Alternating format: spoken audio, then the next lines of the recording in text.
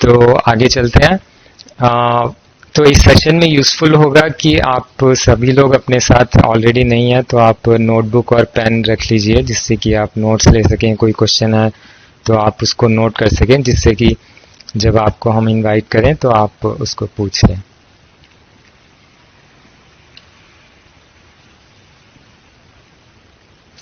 चलिए, तो अब इस सेशन में हम लोग क्या क्या कवर करने वाले हैं। एक तो हम देखेंगे कि human system from multiple dimensions, क्योंकि अभी तक हमने देखा है कि हम सोचते हैं कि ये हमारा ह्यूमन बॉडी है, इसमें हम पेट भरने के लिए कुछ खा लेते हैं, जो कुछ हमें टेस्ट वाइज अच्छा लगता है वो अंदर डाल लेते हैं, और फिर किसी तरह से वो जितना उसमें अब्जॉर्ब होना होता है बाकी निकल जाता है।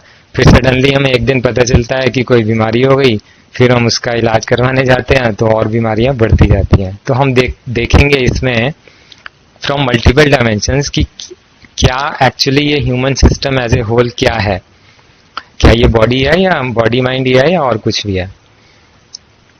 फिर रोल ऑफ माइंड, क्या उसका रोल है हमारी लाइफ में, और उसकी स्ट्रक्चर क्या है, और कैसे डिसीजन मेकिंग प्रोसेस कैसे टेक प्लेस करती है। कई बार आपने देखा होगा कि आपको लगता है अरे मैंने ये कैसे डिसाइड कर लिया उस टाइम, ये तो साफ साफ दिख रहा था कि ऐसा नहीं करना चाहिए था, फिर पता नहीं मैंने कैसे कर लिया। तो हम देखेंगे कि कैसे decision making process take place करती है उस समय, और बाद में जाके हमको रियलाइज कैसे होता है कि हमें वो डिसीजन नहीं लेना चाहिए था या कुछ और डिसीजन लेना चाहिए था।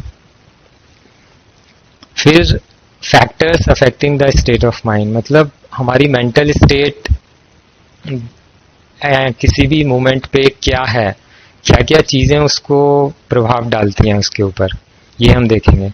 क्योंकि जब हमें ये पता होगा तो ही हम उसको रेक्टिफाई करने की कोशिश कर सकते हैं। फिर एक हम आपके साथ शेयर करेंगे क्विक रेमेडी ऑफ एंगर, क्योंकि समय हमारे पास कम है तो सिर्फ हम ये क्विक रेमेडी शेयर कर पाएंगे। बाकी जो है एक डिटेल मेथड भी आपके साथ शेयर किया जाएगा जो कि लॉन्ग टर्म माइंड सोल्यूशन है। फिर हम देखेंगे कौन सी टेंडेंसीज हमको ये सॉल्यूशन इम्प्लीमेंट करने से रोकती हैं, या फिर कौन सी टेंडेंसीज हमको गलत डिसीजन लेने में की तरफ धकेलती हैं। तो उन टेंडेंसीज को जब हम रिकग्नाइज कर लेंगे तो फिर उनको जब हम हटा देंगे तो फिर हम हैप्पीनेस स्टेट को अचीव कर सकते हैं। तो ये हमारा फ्लो रहेगा, पूरा स्टेप बाय स्टेप मैंने बताया है कि क्या क्या चीजें हम कवर करेंगे। तो ठीक है, पहली चीज पर आते हैं, human system from multiple dimensions. तो पहली चीज ये है कि जो हमारा ह्यूमन सिस्टम है वो एक तो वो है जो हमें दिखाई दे रहा है, लेकिन इसके अलावा भी हमारे शरीर के चारों तरफ एक, अगर आप अभी बीच वाली फिगर पे कंसंट्रेट करें तो ये एक हेल्दी पर्सन का आभा मंडल है, जो कि आजकल क्रिकेलियन फोटोग्राफी से आप लोग अपना इस टाइप का ऑरिक फोटो निकलवा भी सकते हैं। लेकिन उसकी कोई यूटिलिटी नहीं है, लेकिन अगर किसी को हो कि नहीं मुझे देखना है, प्रूफ चाहिए, तो वो ये फोटोग्राफी भी अवेलेबल है, और तो ये आप देख सकते हैं। तो इसमें क्या होता है कि शरीर के चारों तरफ ये एक एनर्जी फील्ड रहती है, जैसे कि आपने देखा होगा चुंबक के चारों तरफ मैग्नेटिक फील्ड रहती है। तो उस मैग्नेटिक फील्ड के अंदर कोई भी आयरन की चीज आती है तो वो आयरन की चीज मैग्नेट की तरफ अट्रैक्ट कर जाती है। ऐसे ही हमारी बॉडी के चारों तरफ भी ये एनर्जी फील्ड रहती है। अब ये तो है हेल्दी पर्सन की फील्ड। अब अगर लेफ्ट वाले में देखें, लेफ्ट फिगर में ये एक सिक पर्सन है, तो इसमें क्या है आप देख रहे होंगे कि ये ब्रेकेज हैं इनके ऑरिक फील्ड में। तो ये ब्रेकेज से क्या होता है कि हेल्दी पर्सन का ऑरा एक वेल शेप में फॉर्म्ड होता है, तो बाहर से आने वाले कोई भी नेगेटिव एनर्जी या वायरस, जैसे ये है इसमें मैंने लिखा है ब्रोकन और uneven aura means that system is more prone to attacks by harmful virus, bacteria, negative energy from people, planets etcetera.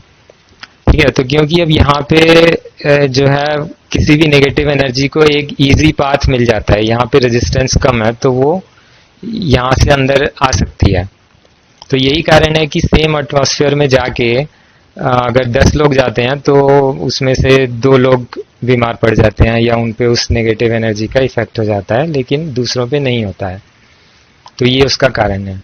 ऐसे ही आप राइट साइड में देखें तो ये यहाँ पर ब्रेकेज नहीं है, पर यहाँ पर उभार हैं, जैसे कि कैंसरस या ट्यूमरस ग्रोथ हो रही है किसी किसी रीजन में। तो अगेन वहाँ पे जो है यहाँ पे अगेन हमारी इम्यूनिटी वीक हो जाती है, तो यहाँ से कोई भी फॉरेन चीज एंटर करके काफी देर तक वो हमारे ऑरिक फील्ड में ही बनी रहती है, और फिर वहाँ पे बने रह के फिर वो ब्रेकेज या और ज़्यादा प्रॉब्लम क्रिएट कर देती है। फिर यहाँ पे जब यहाँ से जब प्रॉब्लम होती है तो फिर वो अंदर आती है, फिर इसके बाद हमारे मन का लेवल आता है, और फिर अगर वहाँ पर भी हैंडल नहीं किया गया तो फिर वो बॉडी पे फिजिकल डिजीज का फॉर्म ले लेती है। लेकिन अगर इसको हम एनर्जी लेवल पे ही हैंडल कर लें, हम डिटेक्ट कर लें कि एनर्जी लेवल पे ही प्रॉब्लम है, और वहीं पे हम उसको उसका उपचार कर दें, ट्रीटमेंट कर दें, तो वो फिर आगे आ ही नहीं पाएगी।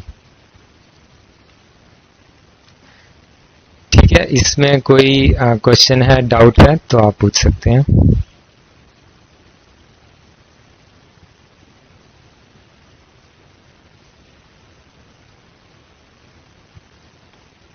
ठीक है, हमारा क्वेश्चन आंसर का सेशन एक एंड में भी रहेगा, तो वहां पर भी आप पूछ सकते हैं कुछ भी डाउट हो तो।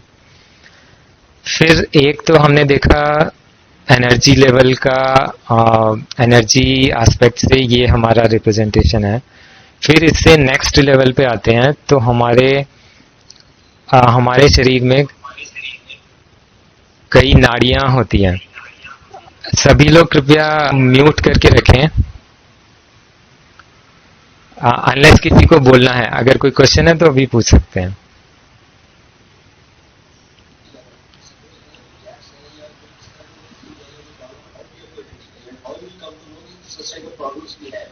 हाँ, तो ये बहुत अच्छा क्वेश्चन है। तो इसी तरह का क्वेश्चन हमको पूछना है कि हम कैसे ये जो नॉलेज आज हम बहुत ही इंपॉर्टेंट नॉलेज हम शेयर करने जा रहे हैं बहुत कम समय में, तो इसको कैसे आप लोग अप्लाई करेंगे इसके बारे आप म्यूट कर लीजिए। तो कैसे हम लोग अप्लाई करेंगे इसके बारे में भी देखते चलना है। तो कैसे हम इसको फील कर सकते हैं, अगर टाइम बचता है तो मैं एंड में एक छोटी सी टेक्निक शेयर करूंगा। वैसे तो इसको डिटेक्ट करने में आप 2 तरीके हैं। एक तो जैसे मैंने बताया, आप किर्लियन फोटोग्राफी करेंगे तो आपको पता चल जाएगा। सेकंड मेथड है, आप खुद अपने हाथ से फील कर सकते हैं, और बिना हाथ से भी आप अपने स्किन से भी फील कर सकते हैं। तो वो मैं अगर टाइम होता है तो मैं आज शेयर करूंगा, नहीं तो फिर नेक्स्ट आने वाले सेशंस में कर सकते हैं।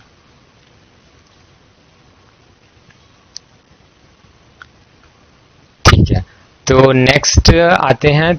अब नेक्स्ट लेवल पे हम देखें तो हमारा शरीर बहुत सारी नाड़ियों से मिलकर बना है। जैसे फर्स्ट लेवल हुआ एनर्जी का, अब हम बॉडी के अंदर आए तो बहुत सारी नाड़ियां। अब नाड़ियां क्या हैं? नाड़ियां एक तरह से आप ये सोच लीजिए कि जैसे एक पूरा शहर है, पूरे शहर में वाटर पाइप के कनेक्शंस हैं, हर घर में जा रहे हैं वो वाटर पाइप के कनेक्शन।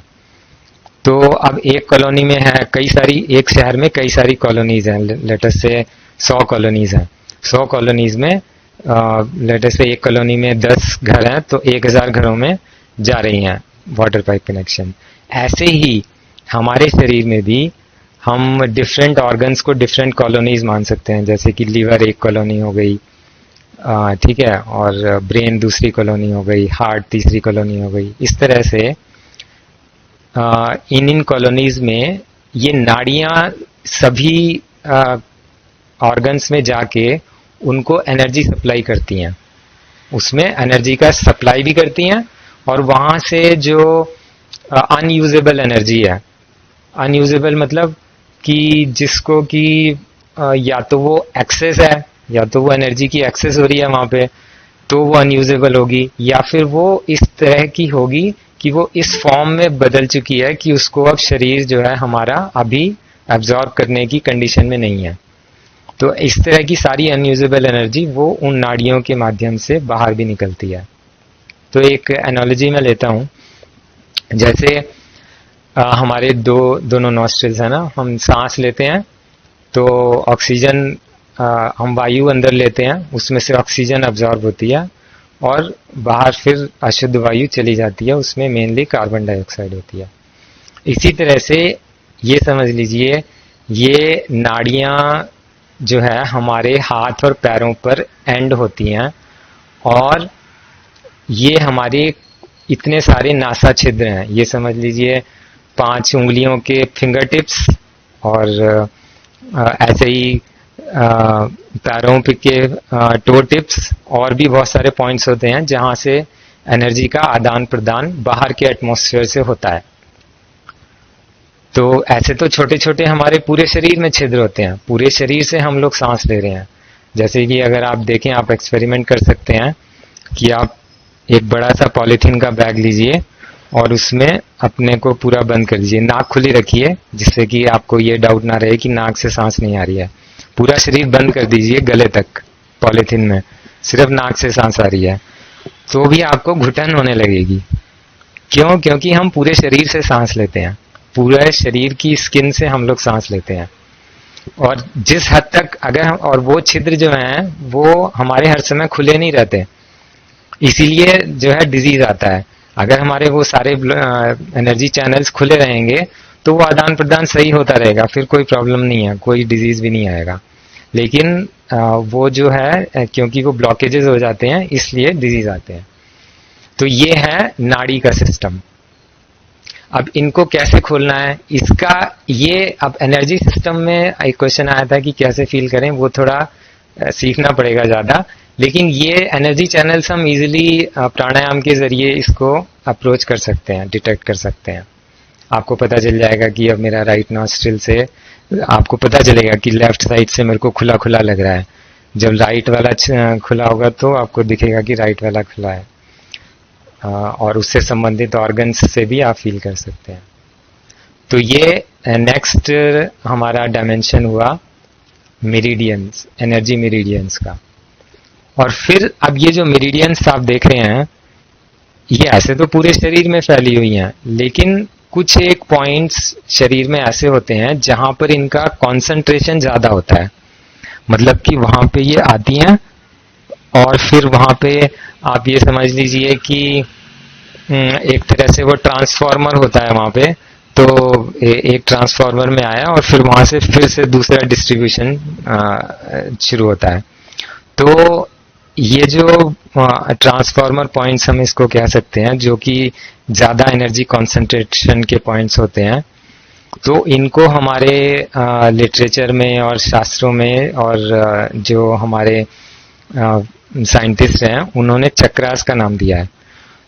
तो कुछ भी बोल सकते हैं आप, इसको वर्ल बोल सकते हैं। बेसिकली ये ऐसे होते हैं कि जैसे एनर्जी यहाँ पर घूम रही है तो वो घूमते घूमते पहले सर्कुलेट होती है और फिर दूसरी डायरेक्शन में चली जाए। जैसे हार्ट है तो हार्ट में ब्लड जाता है, वहां पे थोड़ा प्यूरिफिकेशन होता है, फिर जो है प्यूरिफाई होके शुद्ध रक्त आता है, प्यूरिफाई होके शुद्ध रक्त पूरी बॉडी में चला जाता है। ऐसे ही ये मेरिडियन से एनर्जीज आती हैं, यहाँ पर सर्कुलेट होती हैं और फिर यहाँ से वहाँ के लोकल पार्ट्स में डिस्ट्रीब्यूट होती हैं। तो जैसे कि ये जो अनाहत चक्र है इस लेवल पे, चेस्ट के लेवल पे, ये हमारे हार्ट और लंग्स इस रीजन में हमारे जो हेल्थ या डिजीज क्या होगा इसको निर्धारित करता है। और फिर हर एक चक्र के अलग अलग रोल्स हैं, पर ब्रॉडली स्पीकिंग ये मैंने आपको बताया कि ये दूसरा लेवल है, इसको भी आप इजीली फील कर सकते हैं जब आप प्राणायाम या मेडिटेशन करते हैं, या वैसे भी जब आप अच्छी हेल्थ है आपकी तो आपको लगेगा कि जैसे आप हवा में उड़ रहे हैं, ऐसा कुछ लगेगा। तो मतलब आपकी एनर्जीज ऊपर उठ रही हैं, और ऊपर उठने का ऑब्वियसली मतलब है कि जहां तक ऊपर उठ रही हैं वहां से नीचे में थोड़ी थोड़ी कुछ हद तक क्लीनिंग हो रही है। तो इस तरह से आप डिटेक्ट कर सकते हैं।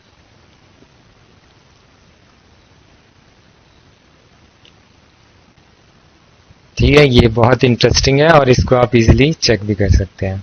अब आते हैं नेक्स्ट लेवल पे। अभी तक हमने जो 2 लेवल की बात की वो सब नॉन फिजिकल चल रहा था। अभी आते हैं हम फिजिकल लेवल पे। अब ये जो फिजिकल लेवल है, इसमें हमारी जो बॉडी है ये 5 तत्वों से बनी है, earth, water, fire, air and ether. और ये बेसिकली ऐसा नहीं है कि फायर का मतलब आग है, आग नहीं है। आग से मतलब एवरीथिंग विच हैज, जिसके पास वो हीटिंग एनर्जी है। जैसे सूर्य है तो सूर्य भी अग्नि का ही एक तरह से हम रिप्रेजेंटेटिव मान सकते हैं। तो जो हम सोलर हीलिंग करते हैं तो उसमें हम अग्नि तत्व जिनमें कमी हो जाती है, जैसे जिनको भी लैक ऑफ एनर्जी रहती है या फिर जिनको काम करने का मन नहीं करता है, बंद कमरे में बैठने का मन करता है, तो उनके अंदर फायर एलिमेंट की कमी हो जाती है, इसी वजह से ये होता है। तो वहां पर सन एनर्जी से हीलिंग बहुत अच्छा काम करती है। ऐसे ही जिनको वेट ज्यादा जिनका हुआ रहता है उनमें अर्थ एलिमेंट की अधिकता होगी रहती है और जल की, तो उनको फिर ऐसी प्रैक्टिसेस कराते हैं जिसमें कि ये दोनों बैलेंस में आ जाए।